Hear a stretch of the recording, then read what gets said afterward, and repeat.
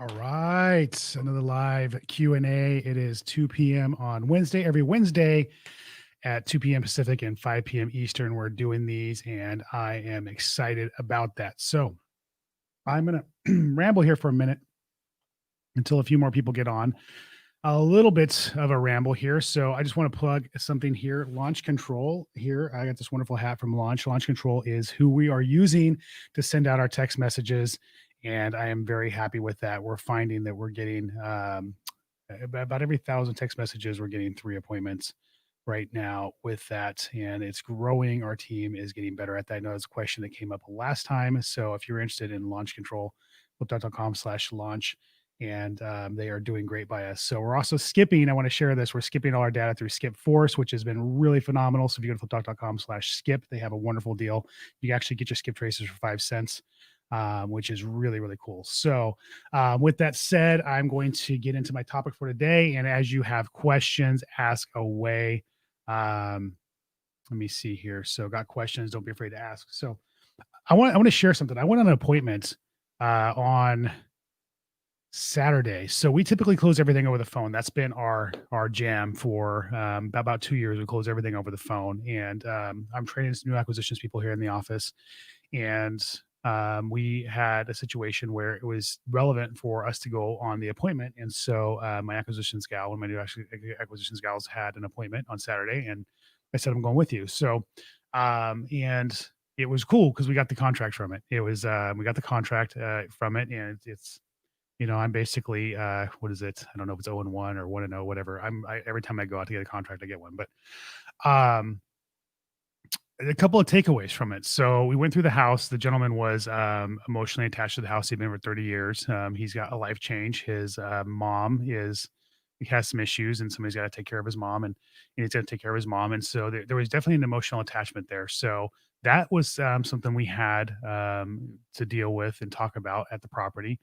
And then the interaction when he first notified us. So I guess we got him off of, I'm not sure if it was a postcard or a cold call, but he came in through the system and wanted to be contacted via email. And so my girl here in the office was contacting via email. He wanted about 180,000 for his house, which we work off percentages. So 180,000 actually worked for us, and was right where we wanted to be. So she was messaging back, and she said, if we can come to a number we can agree with, are you ready to move forward on this? And he took that as he threw out a number that was too easy. So when we got to the appointment, the first thing he said was he's done a little research in the area, and he wanted, based on the research he'd done, he wanted 200. And so we walked through the property. We had a conversation with them, built rapport, took pictures of the property, sat down at the table. And I asked him, I said, what is I want to be done with it. I don't want any headaches. I want this to go away, and your problem solved number. And he said his number was 190. And 180 was really right where we wanted to be. 200 wasn't going to quite work for us. So 190 was, pushing the limit, but it was a deal I could do. So my girl and I conversed a little bit, and we agreed to do the 190. I wrote it up and slid it over to him, and he started to think about whether or not he'd asked for too little. And so the takeaway there for me was I screwed up. So you got to, there's some gamification to this, and we don't always want to do that when we're doing acquisitions, but there's some gamification to us. I should have gotten up from the table. I should have him and hawed. I should have went and called somebody. There's a lot. I should have made it harder for me to say yes to that number. And so we ultimately got the contract, but I could have killed that transaction by not playing a little hard to get, I guess. So another takeaway from the meeting, he sat and he thought about signing, and my acquisitions girl wanted to jump in and save him. And one of the things I want people to do when they're doing acquisitions is recognize whether or not that's appropriate, right? If somebody's going to save themselves or they need you to save them. And in this particular case, the gentleman was working through uh, the solution in his head, he was going to come to his conclusion on his own, which was to ultimately sign the contract. And so sometimes it's better to speak and save them, and sometimes it's better not to speak and recognizing that was important. And I ended up kicking her under the table, to keep her from talking, so that he could just um, ultimately work through the situation and come to his own conclusion on whether or not he was going to sign, which he ultimately did. So, a couple of takeaways from that, don't you know don't talk too much. Don't be too easy. Those kind of things are very important when you're negotiating with sellers. And it was just a reminder for me, a refresher course for me. It's been a while since I've done acquisitions on my own, and so being able to go and go through the process and make a couple of mistakes again, and be able to Monday morning quarterback and recognize what the mistakes were, and still get the contract, I think is something that is cool. It's a cool takeaway. The most successful acquisitions people I've ever seen are the people who can tell you what they did wrong in the transaction, in the negotiations, even if they got the deal. They can break down the whole negotiation conversation and be able to say, I would have done this differently, and I would have done this differently at this point, or asked this question, or said this, or not spoken there. And so, if you're doing your own acquisitions, I would encourage you um, to be able to do that, to Monday morning quarterback yourself. So we got a question here from Michael. It says, I'm gonna do something that I never do on these lives. I'm gonna put my reading glasses on. So basically, do you have a lawyer when it comes to flipping homes? Do you need a lawyer? No, I mean, okay. So the answer to that question is, it depends. Some states you need a lawyer because that's how they transaction and transfer title. So you have a title attorney. In my state, you have a title company, and it's different. You do need to have attorneys review contracts that you use, just even if you get them from me, just to make sure that they're relevant to your state and your situation. That's always a good thing. But other than that, through the transaction negotiations, other than having an attorney on your side in case you run into a problem, there's really no reason to have an attorney after that. So um, yeah, so that's that. So I would say, ultimately at the end of the day, I don't use attorneys in the state of California for much. Most of the attorney issues that I use are more employee related and transactional stuff unrelated to flipping houses. So the answer is ultimately no. So yeah, any questions? Anybody have any questions that they need? Any burning stuff that they need answered? I would be more than happy to answer that. Give me some thumbs up and likes if you're watching this. Make sure that this gets shared with a bunch of people. Facebook doesn't tell people that we're doing this unless we get that kind of stuff. So, um, and one more update next week, next Wednesday, and I'll say this at the end as well. Next Wednesday, I'll be in Tampa, Florida. So I will not be doing a live. So, but I will be back in full force the following week. Um, so yeah, so a little bit more about what we going on here. We got going on here. We have a newer acquisitions rep, and she has got two contracts already. She got the one I did the assist with, and then she got one on her own the very next day. Working on a few more, and then we got two gentlemen starting that I have quite a bit of faith in. I think they're going to do really, really well. They're in the middle of training right now. So we've been, like I said, 100% over the phone for 2 years. My people are asking me if I'm open to them going on appointments. So I think we're going to do a little bit of a hybrid locally and put that back in the mix. Try to close whatever we can over the phone, and then what doesn't ultimately close over the phone, they will go on appointments. So let's see here, Michael. Um, I would like to analyze a seller financing deal. 100K purchase price, 20% down, 4% interest, 5-year balloon, current rent, 1150. Mitchell, I'm sorry, I thought it was Michael. Mitchell, that is not entirely my specialty right now. I'm not going to lie, but I'm willing to talk that out with you. I wouldn't do a balloon. If you can get away with not doing a balloon, I wouldn't do a balloon on anything that you do. Ultimately, you want to control the process, and then the down. I would try to. I mean, 20% down is generous. There are a lot of times where you can get nothing down situations, and you can or limit your down payment. The more you keep in your pocket in this business, whether you're doing seller financing transactions, rehabs, and even wholesaling, the more you're able to keep in your pocket, the stronger business you're going to be, the stronger you're going to be able to grow, the stronger you'll be able to market, the stronger you'll be able to hire. So when it comes to down payments, I try to avoid those at all costs. I always say I'm allergic to them with anything. In advising you, I'd say try to limit that as much as possible. For even the interest rate, like, is that a number that you're offering the seller? Did you ask the seller what they want? You'd be amazed at how many times I've asked the sellers on something that was creative, or even investors I work with that lend to me, like what they want. There's at times they're significantly lower than what I would have been willing to pay. And so always asking the question first, like, what would you like to see down? Or not even offer it down unless they ask for it. Just say, I want to do 100K purchase price. What interest would you like?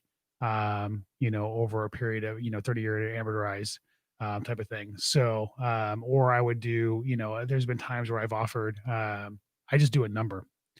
I'll give you $1,000 a month for the next 30 years, and with the right to pay it off whenever I decide to refinance it or sell it. So, and I don't even factor interest in that. I just do the math on what 100K is divided by 30 years, and that's my payment. And if they ask what kind of interest that is, you can say, well, what kind of interest would you like? Type of thing. So there's a lot of ways to really structure these deals to be more in your favor. And when, like I said, I don't specialize in these right now. I don't do them all the time. I've done them. I did them from 2005, 2003 to 2008, pretty heavily. And I do them from time to time now. It's not my box that I operate in, but I will tell you that when I do them, I do avoid the down payments and the interest in the balloons. You don't ever want to get caught. So always frame the situation from a position of power. Always frame the situation from control of making sure that your business is in the best footing financially, and then negotiate from there. And you'd be amazed that a lot of times the sellers will be willing to give you a better deal um, than you're willing to ask for, or you would have offered. So, and the other thing to think about too is a lot of times you just tell them the payment and they're fine with it. No tennis, no toilets, right? And I get this much a month, then they're good with it. So that's just some advice I'd give you. And you're welcome, buddy. So, um, all right. So a couple other things we have going on right now. We have the virtual summit. The virtual summit is tomorrow. Tomorrow, we have 3 days, 3 amazing days with some amazing friends of mine, sharing some amazing content on, lead generation, acquisition strategies, and of course, dispositions getting the check. I have my dispositions guy on Sunday going through some stuff. Mike Cowper is going to be going through some of his sales strategies and stuff. We have an amazing guy who's going to share a strategy about how he got a case study about how he got a deal, his first deal, and it's going to blow your mind. His name is Sean. We call him Sean Callie, and he's going to drop some gold bombs. In fact, I think he's speaking twice for us. So, yes, we got that. So fliptalkvirtualsummit.com. Right now, we still have the flash sale going. We've extended the flash sale. It is literally $10, $9.97 to get a general admission ticket. VIP is a bit more because we're giving you the recordings, and we're going to be doing something really cool with the VIP people after the fact. But fliptalk.com or fliptalkvirtualsummit.com, check it out. And it's definitely something that will be worth attending. So virtual summit tomorrow. Yes. See, absolutely. Let's see here. Okay, people, reading glasses. I gotta admit I'm old. What age did you start flipping homes? I started flipping homes when I was 30. I was 30 years old. I got married in July, and I started knocking on doors around that time. Got my first deal in September. I actually started knocking on doors probably a little sooner than that. But I got my first deal in September, and it was on from there. So, and that was in 2003. Chris McGeady, do you make an offer on every call or appointment? Is there a reason you wouldn't? Hey, buddy, you're the master of acquisitions. You need to be coming on here and giving me advice about that. So I don't make an offer on every call or appointment. I try to train my team not to. If so to me, giving your number away is giving your power away. And that's the way I look at it. And the second you give your number away, if the seller wasn't ready to have that conversation, or you're too far apart, then you shut the whole situation down. That's my opinion. And I think different people are going to have different strategies, but um, ultimately, I just feel like, if everything's right that everybody's ready to have that conversation, um, then it's going to be an easy conversation to have, and then we'll make an offer. A lot of times, like in this particular situation where I went on the appointment with Brisa on Saturday, we asked him. He said his number was 180. Then when we got there, he jumped up to two, and I just sat down. I said, "What's your? I don't want it. I want this over with. And I don't want the hassle number." And he thought about it for a minute, and he said 190, right? And that was the number we ultimately went with. So, I try to get them to give me a number in negotiations. I always try to position it where they're telling me the number, and then that's what I base ultimately what the end offer is going to be on. So, but at the end of the day, I don't make an offer on every single one. At least I didn't, and I tried to tell my team not to. I'd love to hear what you do, Chris. If you make an offer on every one, and why, and the logic behind that, that would be really really cool. So, in fact, you're texting me right now, buddy. Oh, cool. So, and let's see, can anyone do it? Mike, what? Well, flipping houses, anybody can rehab houses, anybody can wholesale houses. It's not hard. I'm not smart. I have to use spell check to spell, and I have to use a calculator to do basic math. Um, and um, and yeah, so yeah, anybody can do it. That ultimately, at the end of the day, anybody can do it. I'm excited too, Matt. Let's see.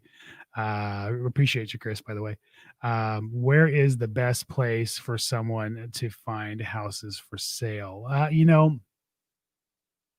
MLS is still a good source for some people in certain areas to buy deals. Not in all markets, but in some markets, MLS still works.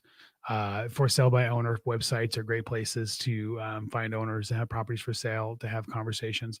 But ultimately, you know, just finding um, just finding people who have houses for sale isn't the best strategy. I mean, it's a great strategy to have, but you need to become a master of marketing. Yeah, we always say we're a marketing company first, right? And ultimately, at the end of the day, we're a sales and marketing company first. If you're not great at marketing and getting people to put their hand up and say that they're interested in what you're doing, and then you're not great at the sales at closing, nothing else you do great is going to matter. You could be the greatest rehabber on earth, you could be the greatest disposition on earth, if you can drive traffic. So there are ultimately a lot of great sources for properties that are listed and to buy out there, and but you're really looking for that plus opportunities. So ultimately, at the end of the day, text messaging. Again, launch controls who we're using right now, flipduck.com/launch.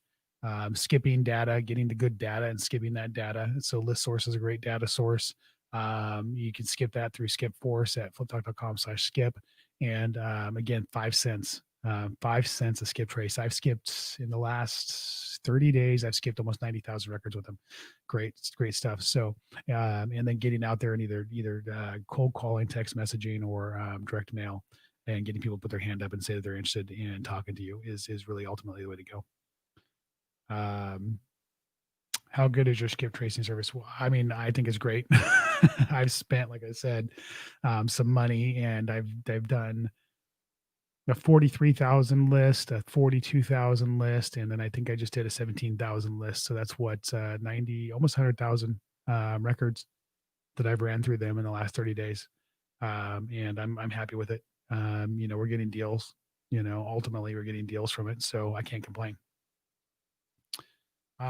Driving for dollars is our best list. Driving for dollars is going to ultimately be your best list, and there's a great program out there for driving for dollars right now. It's called Go Knock. If you go to Knocking for Dollars, knockingfordollars.com, and you can check out their service. If you go to knockingfordollars.com, and you can get, I think it's 14 days free plus a handful of free skip trade or text messages through that service as well. And it is ultimately, I think, going to be a game changer. When I first started, I started door knocking and pre foreclosure stuff, and Go Knock is a phenomenal app for that kind of stuff, and you can Google for dollars and stuff like that in there.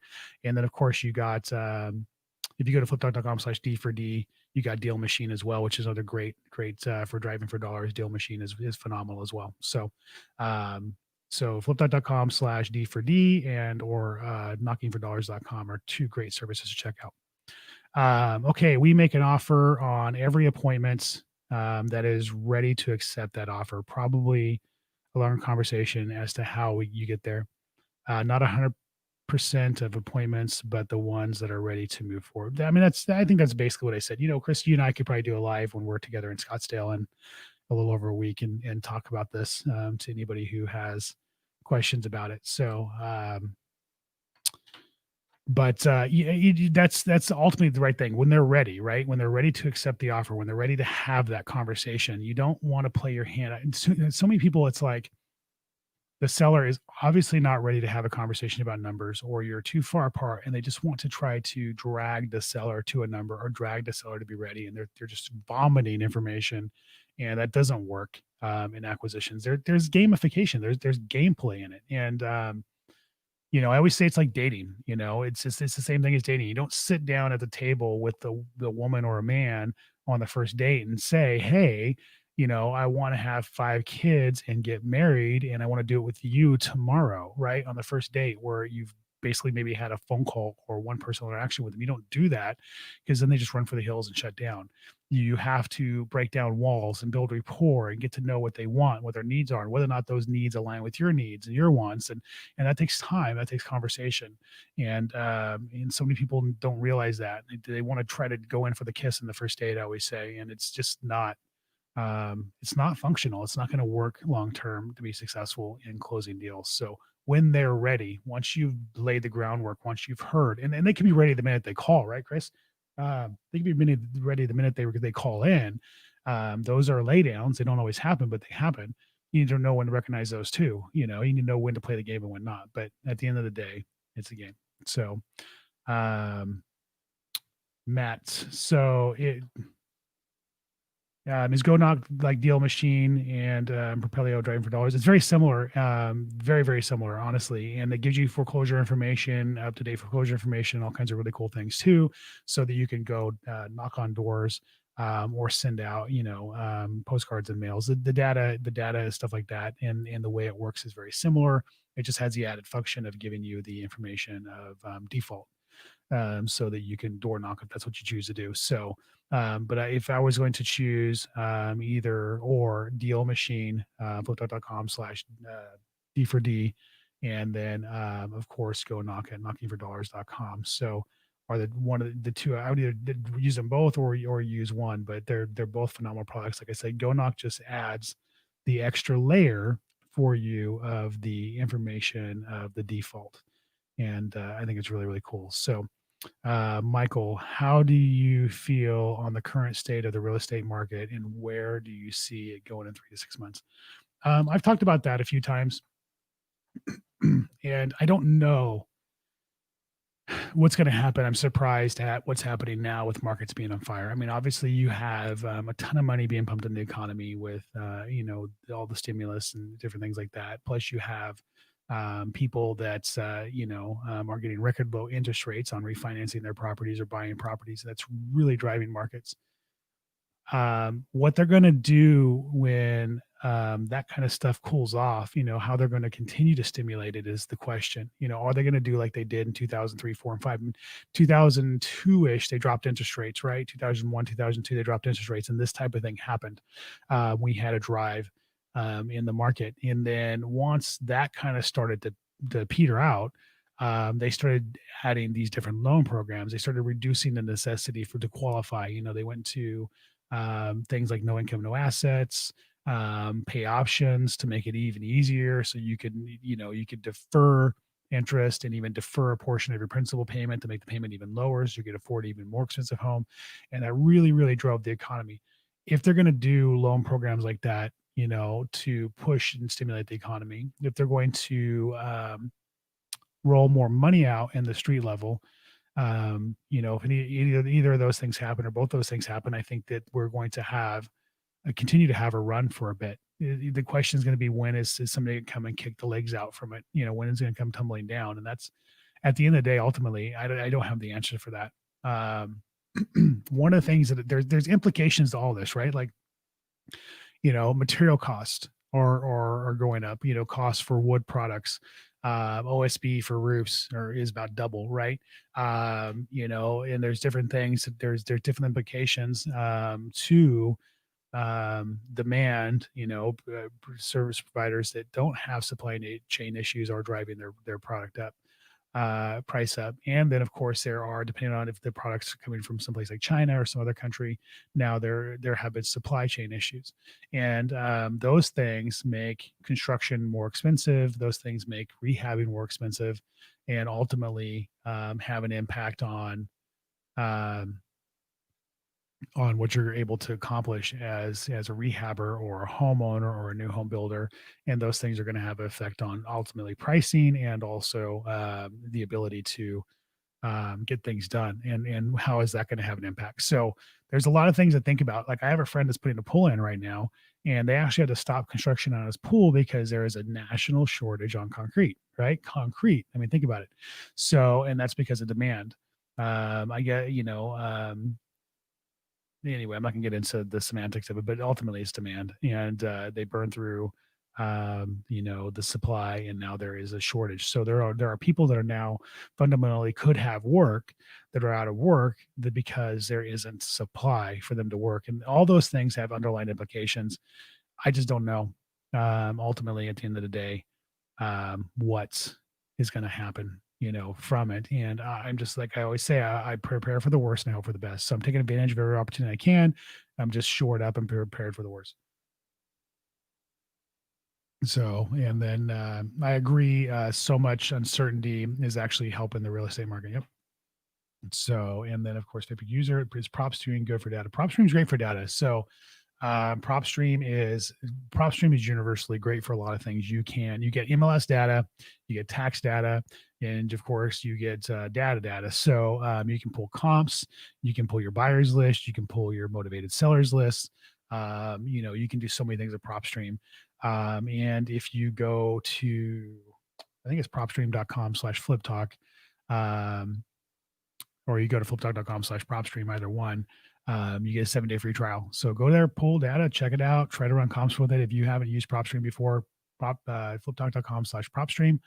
And it's definitely, it's definitely a great source. We actually pull data through PropStream. One of the data lists we're working off of right now, currently, that we've gotten a handful of deals off of, is a PropStream data list. So it's definitely worth it. There are a lot of great programs out there. They all do something a little differently. Some are very similar. I think PropStream is the beast in the industry when it comes to just having multiple avenues to use. So if you're able to, pull your comps and pull your buyers list and pull your sellers list, and do that kind of stuff and get property data. I mean, that's huge, absolutely huge.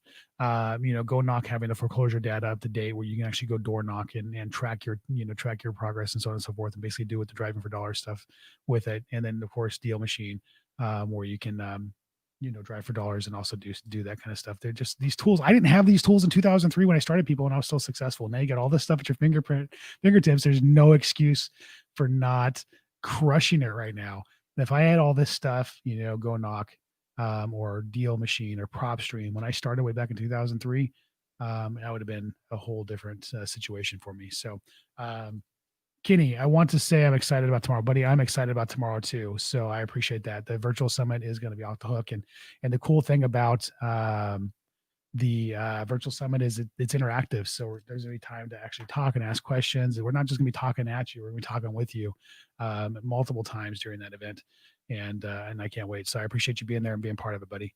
I'm excited about it as well. So, all right, we are here at about 30 minutes into this. If you have any more questions, I am more than happy to answer them. I know we answered a lot the last 2 weeks, so you guys might have gotten everything answered. But if not, if you don't have anything else, then I'll probably jump off here in just a few minutes. So anybody that watches this, here or watching, and you haven't got tickets to Virtual Summit tomorrow, be part of that. Flip.virtualsummit.com. It is huge. Victor, you got one right here. Perfect. How long do you usually schedule a how long do you usually schedule to rehab a house after you purchase it from purchase to sale?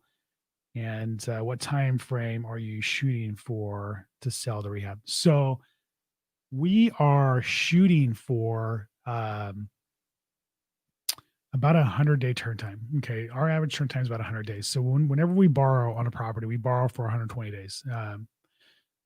That's the way we do. Well, let me think about it. We always do a 6 month note with our lenders. We run our numbers on 120 days. That's our worst case scenario is we keep it for 4 months. So that's typically how we look at it. Our average turn time is about 100 days from the time we buy it to the time we get our check.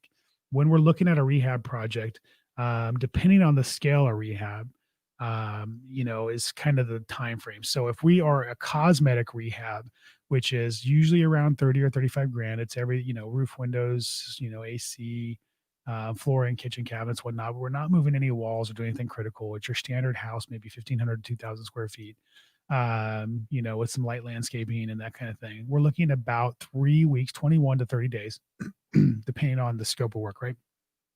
We can be in and out of a project like that. A light rehab, which is usually between a 15, I would say probably a 12 and a $20,000 rehab, where we're not doing, maybe roof and windows, and we're not maybe we're painting kitchen cabinets and that kind of thing, but we're not taking them out. Then we're looking at roughly about 14 days, 14 to 20 days ish, but usually about 2 weeks from something like that. If we're talking about a larger scale, maybe a higher end home, or we're moving some walls and we're doing some structural changes to the project, and we're talking about a little more of an extensive rehab beyond the cosmetic, then you're talking about 6 to 8 weeks is usually what we shoot for. We're typically not long in them longer than 8 weeks. So the times where I have been in projects longer than about 8 weeks when I should have been in them for 8 weeks were usually when we didn't plan correctly. And those were because of unknowns. Ultimately, like for instance, we did a house that needed major landscaping, and we took the house on and we wrapped the house up basically in the first week of January. And this was, I think, last year. And we had major rain like we hadn't had in a long time for several weeks, and the yard was just muddy and mucky, and there was no way to do landscaping. And so we set for an extra month on that project because of that. And so we made a determination at that point that any houses we buy that are going to be finished in that time frame, that we do the landscaping as upfront as possible in the project, at the front of the project or somewhere in the middle of the project when weather allows, so that everything kind of completes properly. We made some changes in that kind of stuff depending on where we're at in the year and what potential weather conditions can be. But typically, the time frames are what I listed. 100 days is what we shoot for. If we're in a project for 4 months from the time we buy it to the time we sell it, I consider that a slip in our process. And then at the end of the day, when we list it, we like to try to get an offer within obviously the first weekend. We usually list around Wednesday or Thursday when we list, Friday at the latest, but typically Wednesday or Thursday we find it's like right there when people are looking to show their clients, and the agents are looking to show their clients. And so we'll list around Wednesday or Thursday. We want to have an offer by early the following week, no later than after the next weekend. So 2 weekends in is usually where we like to see an offer. And then if we don't have an offer, then something's up, right? So we usually get multiple offers in and that kind of thing. Now that's all pre-COVID, right? When we're having that conversation. Supply chain is changing some of that. Availability of product, price of product, and decisions we're having to make are playing into some of that. And then, of course, time on the market right now. You have something that's good, and you're getting stupid number of offers right now on projects over asking. So yes, Chris, excited for the summit. Chris is actually gonna be one of our speakers at the summit, and he is a rock star. And he's going to be talking about some cool stuff that he does in his business. So if you guys don't know who Chris McGeady is, you need to follow this guy because he's somebody that I admire very much, and I think that is going to do some amazing things in this industry moving forward. They've already done some amazing things, but yeah, I can't wait to see him share his knowledge this weekend. So I appreciate you, Chris. Okay, so I think we're good. Right now, it doesn't look like we have a lot of questions, and I'm not going to bug you guys too much. So um, be safe, I guess. If you haven't got your tickets for Summit, go buy them now. Literally, it's flash sale $9.97 right now for a general admission ticket. VIP is a little bit more, but the VIP is going to get more. And yeah, check out some of the products we talked about earlier, and I can't wait to see everybody there. So, um, are we going to have people from California? Kenny? Yeah, yeah. So myself, obviously, I'll be on there. My dispositions guy is going to have some time on there. I'm trying to think who's from Sean Kelly is from California. He's going to be talking about if you really some marketing stuff and then a case study. We got people from all over the country though, so I'm trying to think. We got people from East Coast, Midwest, and then of course the West Coast as well. So, but we had a good mix, and it's going to be some exciting stuff, man. So other than that, I appreciate everybody on, and I really thank you very much for tuning in and listening to what I had to say. And until I talk to you again, have a wonderful day.